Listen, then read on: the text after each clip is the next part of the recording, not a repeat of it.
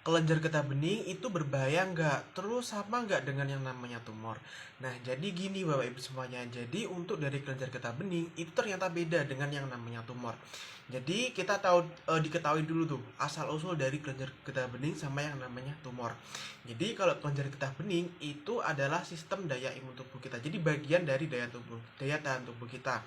Nah, biasanya kalau kelenjar getah bening itu adanya di beberapa lipatan, contohnya di bagian leher, kemudian di selangkangan, kemudian di ketiak, kemudian ada di beberapa lipatan lainnya Bapak Ibu semuanya. Nah, itu terjadi akibat dari yang namanya peradangan. Jadi seperti itu. Jadi bukan adanya sel abnormal. Nah, beda lagi tuh kalau yang namanya tumor.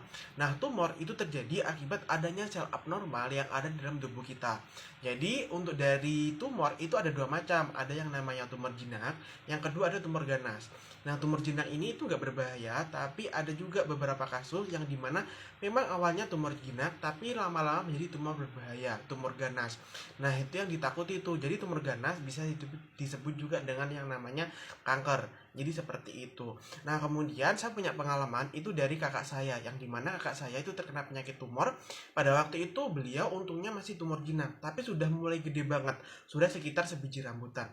Nah, pada waktu itu beliau memberanikan diri untuk cek ke dokter dan ternyata didiagnosa yang namanya tumor jinak. Jadi seperti itu. Nah, ciri yang dirasakan seperti apa? Ciri yang dirasakan pada waktu itu benjolannya itu mulai makin membesar, kemudian mulai ada rasa nyeri pada waktu itu, dan juga kulitnya tuh mulai berubah. Jadi seperti itu ya Bapak Ibu semuanya. Nah, kemudian pada waktu itu beliau tuh nggak mau operasi dan pilih jalur alternatif lainnya. Akhirnya beliau tuh menggunakan yang namanya vitamin Cina Bapak Ibu semuanya. Dan 1 sampai 2 bulan konsumsi vitamin Cina, alhamdulillahnya benjolannya mengempes, dan 3 bulan konsumsi itu benar-benar hilang sampai akar-akarnya. Kenapa kok harus akar-akarnya? Karena biasanya kalau adanya pengangkatan itu akarnya kayak nggak diangkat juga, cuma benjolannya yang diangkat. Jadi seperti itu ya Bapak Ibu. Nah, kalau pengen tahu vitamin C-nya nanti bisa DM atau WA saya ya.